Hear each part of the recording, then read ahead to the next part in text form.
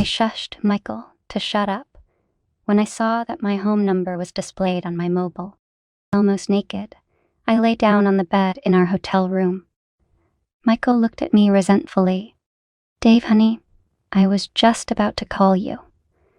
I went to bed and just wanted to hear your voice again before I fell asleep. How easy it has become to lie." My affair with my boss, Michael, had been going on for 3 months now, even though it was only the 4th time we'd moved out together, and the first time for anything other than quick in a motel room. It was the 2nd night of a 4-day work conference 2 states away, and in the evening we had dinner at a posh restaurant, and then we came back and undressed. Me, right down to the black belt on suspenders and stockings. He's ridiculously boxers painted with ladybug. I thought the message I sent to Dave was, "Very tired. I go to bed early. Kiss the children goodnight for me. Will give me some peace for this evening. It hurt me to talk to Dave last night while Michael was doing what he had to do. My husband did not deserve such an attitude on my part. Honestly. So today I tried to get out. That's just the conscience. Conscience prevented me from fully enjoying the moment. I've never consciously sought an affair, but the half-drunk first meeting with Michael brought me such deep satisfaction that I just kept coming back for more. This does not mean that the risk of losing my marriage with my fantastic husband and 2 beautiful daughters did not scare the hell out of me, even as a scarecrow, scared to the point of colic, to the point of internal trembling. But I'm a weak woman, and I just couldn't deny myself the pleasure. At the same time, sincerely hoping that the infatuation would soon pass, and promised myself that I would never do it again. But, again, I told myself that after John, and after the floor, and after Ian, the amount of wine I drank at dinner, Michael's mischief, and memories of Dave's skills created a surreal combination. This, combined with a roar of blood in my ears, made me think about what Dave had just asked me. Thinking quickly, I assumed he was asking about my day, as usual. Dave, let's not talk about my boring conference. Let's talk about what I'm going to do to you when I get home on Friday." Dave's response made me drop the phone like a hot potato and rush to the edge of the bed to sit up straight. Burning pain flared up. I screamed loudly. At the same time as I screamed, Michael yelped and rubbed his face, which now bore a deep scratch, the mark from the hook of my suspender belt, whimpering and cupping my throbbing crotch with my palm. I reached for the phone again, but I heard the disconnect signal even before it reached my ear. I pressed the speed dial button 1, but received only a connection signal. 2 more attempts caused the same failure. Michael was confused. "What did this loser tell you?" Take a deep breath and take a sip. When I said I was going to shake his world when I got home on Friday, he asked, "Are you horny, baby? Did Michael leave you unsatisfied last night?" I almost howled. He knows, Michael. Dave knows about us. I need to go home. Ignoring the pain, I dressed quickly, threw my clothes into the suitcase, and headed for the door. "Cindy, do you think your husband knows who my wife is?"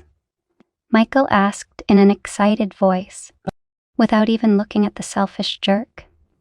I ignored his plaintive question and rushed to the lobby, where the night porter called me and then I sat at Brisbane Airport from 11 p.m. to 5 a.m. Constant calls to the home phone returned only the call signals. Dave's cell phone was no better. There I went straight to voicemail. I left Melbourne Airport at 7:30 am and caught a $150 taxi to our country house. I expected it to be empty because of the kids at school and Dave at work, but when I opened the door, the house seemed more than just empty. It looked abandoned. A terrible but quick examination showed what I was afraid of. A lot of Dave's and the girls' stuff is missing. I screamed in despair at my situation. Knowing that all this doomsday was the result of my stupidity did not lessen the gravity of the situation. Desperate for cheerfulness, I brewed myself a strong coffee. A lack of sleep for more than a day, the almost sleepless previous night, and being awake in flight from heavy thoughts. So, where will Dave go anyway? It took me an hour to remember. Our phones have apps loaded to search for a partner's phone. It took another hour to figure out how to use it. But she still showed me Dave's cell phone and the direction north on the Hume Highway. I should have guessed right away. In moments of stress, Dave always went to his sister, his only living relative. She lived in Albury, which we got to via Hume. Running out of the house and taking nothing with me except the luggage I had in Brisbane, a 4-hour drive towards Albury turned into a nightmare. The roads are boring, and I tried my best not to fall asleep. But I just knew that the sooner I got to Dave, the better the chances that my wonderful marriage would survive. A wonderful marriage. Why am I only thinking about it now? I didn't sleep and kept calling Dave's cell phone. I've been puzzling over what I know about the divorce. I knew that the law favored women to get custody of any children, and that even the presumption of shared care returned to the fact that the husband was allowed access to children irregularly. Dave lived for our children. He would never have agreed to this. If necessary, I can use it against him. If my pleas do not help, I managed to stay awake until I parked at my sister-in-law's cottage. The house was empty and quiet. They probably anticipated my pursuit and fled. I decided to sit in the car and wait for them to return. I must have dozed off for a couple of hours, since it was already late in the evening when I woke up. A short nap did me some good. I kicked myself for not doing the obvious by using the Find Phone feature again. Dave's phone was now entering the outer suburbs of Sydney. Without much thought, I gave chase. A near-death state of complete exhaustion forced me to stay in a motel in the town of Yass. Before I collapsed on the bed, I checked where Dave was. The phone was identified in the Talisman area in Sydney. What is he doing in Talisman? There are no acquaintances or relatives there. No one I can remember. I woke up a little after 4 in the morning and thought I could wake Dave up when he was sleepy to reject my call. I dialed his mobile number, immediately to voicemail. "Dave, what are you doing?" I gritted my teeth in frustration and headed north again. By 8, I was already on the outskirts of Sydney and decided to be smart. I stopped and looked where my husband was now. Phew, he's still in the Talisman. I put the Talisman in my sat-nav and hit the road. Do you know what the traffic is like in Sydney on the Thursday before the long weekend? One word is a nightmare. When I finally got to the Talisman, my car was running on the last drops of gasoline. To be honest, I also held on only by willpower. A fleeting snack at a roadside diner is simply not enough to withstand such stress as I have. Pulling over to the side of the road, I decided to take another look at exactly where Dave. According to the testimony, he was 50 kilometers east of Sydney. How can this be? All there is the Tasman Sea. When I looked closer, I saw that its height is 6,000 meters and its speed is more than 500 kilometers per hour. That bastard was on the plane. I watched as the trail turned north and disappeared. Dave and my kids were on a plane going nowhere. Well, Dave? Well, hubby? I decided to move on, but I was confused, not knowing what to do now. When I saw the signs for the hotel at the airport, I slowed down. Paying for a room even for one night dealt a serious blow to the funds available on my credit card. So, in the relative serenity of my room, I reproached myself for not checking at home whether the children's passports were in the safe. I just stared at my phone and was thrilled when, sometime later, the locator suddenly showed that Dave was 10,000 meters above Port Moresby in Papua New Guinea. Of course, Dave wouldn't take the kids to such a dangerous place. However, it got me thinking, how long has Dave been preparing for this? If he knows the divorce laws as well as I do, can he run away with the kids to a place where I can't find them? Of course not. He's not that stupid. He understands that I will find him anyway, even if he hides at the end of the world. I must have dozed off for a while, because when I woke up, I found that Dave was in Bangkok. However, I wasn't going to make the same mistake again, and decided to keep an eye on him to make sure he wasn't transiting somewhere else. It was a long night, at the end of which Dave was still in Thailand. Now my problem was how to get from Sydney to Thailand when my son was lying at home in Melbourne. Trying to book a plane ticket home showed that my credit card was exhausted. I jumped on the internet, and after a few clicks I discovered that all but $2,000 had disappeared from all accounts that I could access. It definitely looked like my smart husband had made his feet and left me without any resources to find him. But why would he want to leave something to me? His sense of fair play. The remaining drop of love for me. I stopped understanding it. I transferred the money to a credit card and bought the cheapest flight ticket from Sydney to Melbourne. I threw the car to hell in the parking lot at the airport. My children were more important to me. The budget airline canceled the first 2 flights that could have taken me my passport. Why didn't I think to take him with me right away? I was hoping that Dave and the girls would stay in Thailand for a fun weekend. Otherwise, I would be so damn unhappy. The money was running out catastrophically. I returned home after another exorbitantly expensive taxi ride. I made sure that Dave hadn't moved anywhere yet and called the travel agency I usually used. The next morning I got an accelerated place in a freight class transporting cattle to Thailand. She confirmed that I don't need a visa. A trip to the safe for a passport confirmed that my children's passport. I just gritted my teeth. Right. Watch out, Dave, I'm coming. Since the flight was at 8 a.m. and I didn't have a car, I ordered a taxi for 4 a.m.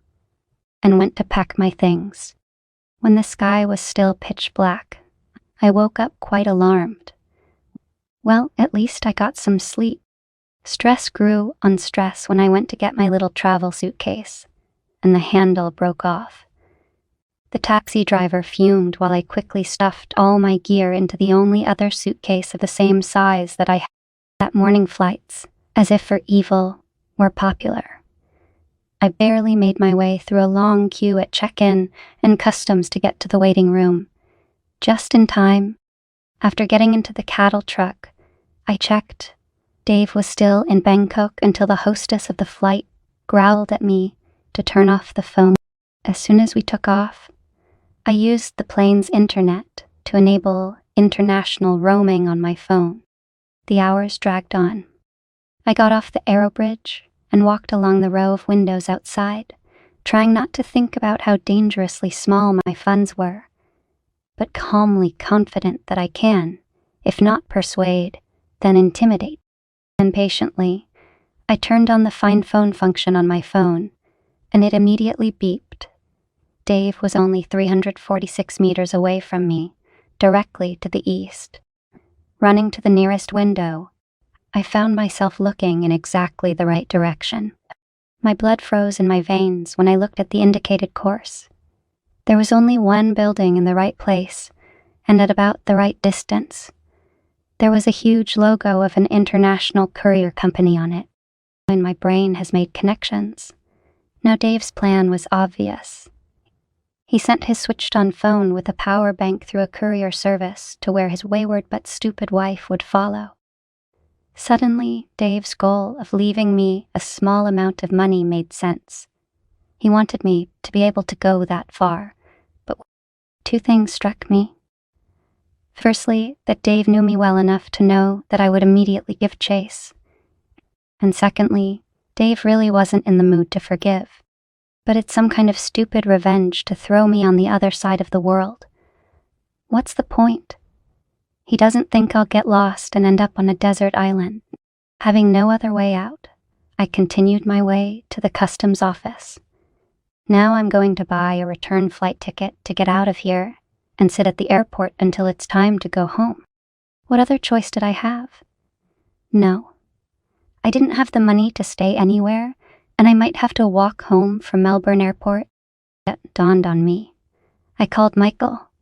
He answered after a few weary seconds. I was ashamed to ask him, but there was no way out. Mike, could you transfer some money to my card for me?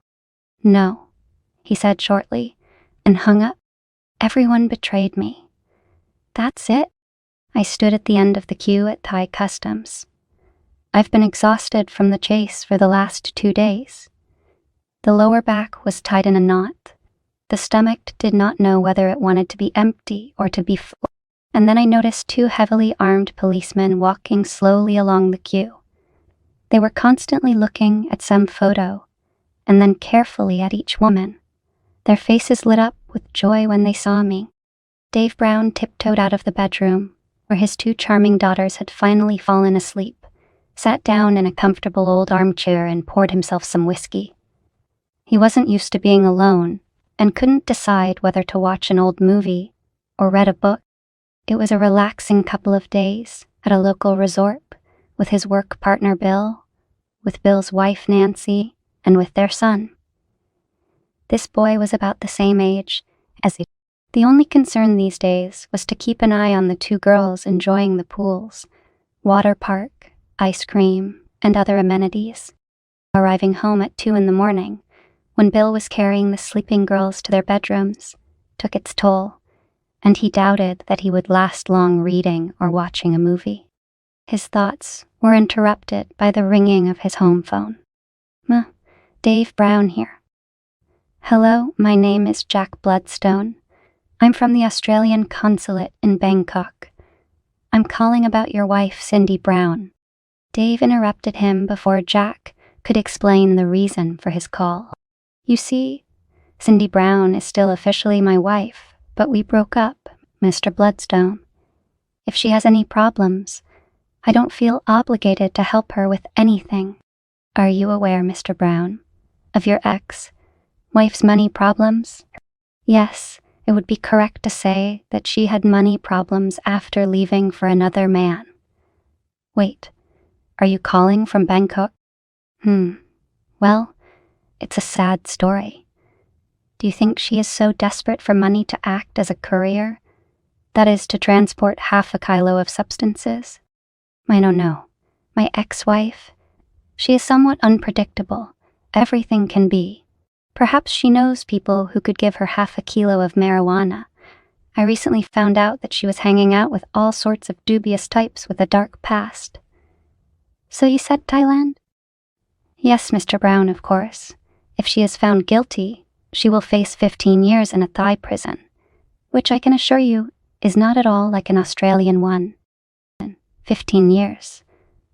Oh my God, that's very bad, isn't it? My God, she's completely... The Australian government will provide her with a lawyer if she cannot pay for it herself. Yes, I suppose she will have to rely on a legal advisor provided by the government. Or if you want, I can give you some phone numbers of her family. So, I'll clarify. Aren't you going to help your wife? No, I'm not going to. It's a pity, of course, for a woman. But, as I said, we broke up. I have a request. Please keep me informed. It will be necessary to say something to our daughter. As you wish, Mr. Brown. I'll write you an email. Could you please provide the phone numbers of her family, as you suggested earlier? Dave dictated the phone numbers of Cindy's parents and her sister. I'll be waiting for your call. My cell phone number. I'll be in touch, Mr. Brown. Good. Goodbye. Dave hung up the phone and leaned back in his chair. Something pricked his leg. He reached out and took 3 screws out of his pocket. Such nickel-plated screws were usually used to attach handles to a suitcase. He put them on the table next to the chair and smiled. Oh, the agony of choice, Dave thought. Send photos to Michael's wife now. or postpone it until tomorrow. Tomorrow will be a day. There will be a fresh head and everything will be focused. As soon as Cindy is convicted, he will think about sending her some reading material. For example, her diaries, which he found. He first looked at them when Cindy was unpacking the things they had taken from her mother's house after the funeral. Cindy acted like she didn't want Dave to know they existed. She grabbed her notebooks and ran into the bedroom. When she returned, she irritably reprimanded him about how it was not good to read other people's notes. This behavior caused alarm. If she had been calm, he wouldn't have thought of them. He had to admit that she hid them well. It took him 2 weeks of searching reading her barely disguised hints about the first 3 novels. Dave knew that she would get lost again, and he would be able to get absolute proof, not only for himself, but also for his daughters. He knew that in the coming years he would need both, so that his daughters would understand and forgive him for what he was going to do. It's funny how trust can make you blind, because as soon as he started looking for signs of her infidelity, he found them almost immediately. The rest, as they say, is a matter of technique. Taking a glass, he sipped the alcohol and a couple of tears rolled down his cheeks. Dave, in spite of everything, he had difficulty coming up with a plan for his revenge. The difficulty was not in the organizational details. It was just that simple. He knew Sydney as well as he knew himself, and could predict her actions in a given situation with 100% probability. The difficulty lay in his shower condition. He couldn't physically do that to her, and he constantly had to remind himself what awaits him in the case of an ordinary divorce. Loss of home, money, comfort, and most importantly, the loss of his girls. And what good can children get if their mother starts openly jumping from bed to bed, at the same time risking both their health and the well-being of their daughter? What lesson will she teach them by her behavior? How will her changing fans treat the girls? These thoughts decided the fate of his wife. Dave raised his glass and held it up to the photograph of him and Cindy on their wedding day, which was displayed in a place of honor above the fireplace. I'm sorry, dear, but you deserve it.